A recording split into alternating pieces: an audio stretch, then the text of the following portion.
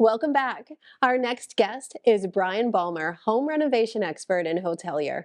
Bryan can be spotted on HGTV network shows including Renovation Resort, Rock the Block, Battle on the Beach, and others, of course. He joins us now to tell us about his business ventures and adventures overall. Welcome, Bryan. Oh, well, thank you. It's great to be here. Hey, Bryan, this show is about work-life blend. What gave you the idea to pick up and go to Renovation Island? To be honest, I spent a lot of time down in the Florida Keys with family, with kids, and we have a big boat there, and we decided to poke around in the Bahamas, and we've always had that adventurous spirit. And we came across this dilapidated, abandoned hotel that has a lot of history in the Bahamas. And Sarah and I looked at each other after touring the property, and it honestly was a 5 minute decision. I said we should buy this place, and her response was yes, we should. And by the next day, we had an accepted offer on paper. So it was Wow. really just that gut feel of this feels right. It's the right time in our lives. It's the right place, and let's go on this crazy adventure. Yeah, there was somebody famous that said, I've had so many jobs, but I've never worked a day in my life. If you do what you love, it just shows. And I think Yeah. that's exactly what you're doing. So, what advice do you have for all of our viewers who are looking to get the courage to follow their dream? It's interesting. A lot of people ask, or a lot of people commented when we told them we're going to pack up the four kids in our lives and get on the boat, and we're going to this island, and we're going to make it happen. And all we heard was, you can't do that. You can't pull the kids out of school; they won't catch up. You can't go to another country where you don't know the culture of the people. You can't risk everything financially. And my answer to that is, well, the alternative is to spend the next 30 years of my life getting up at 5 o'clock in the morning and commuting for an hour or two on the highway, working the day, commuting an hour or two back, and do that for 30 years and then retire. And with my luck, the morning after I retire is when the chest pains will start.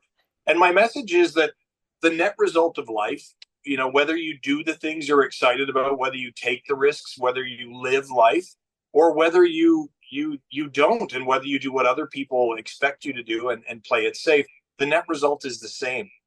None of us are making it out of here alive. Unfortunately, that's the truth. So we have between now and then, and whether you do it or you don't, whether you risk it or you won't, whether you live the life you dreamed of or you compromise on life in order to just be stable and safe, the net result is the same.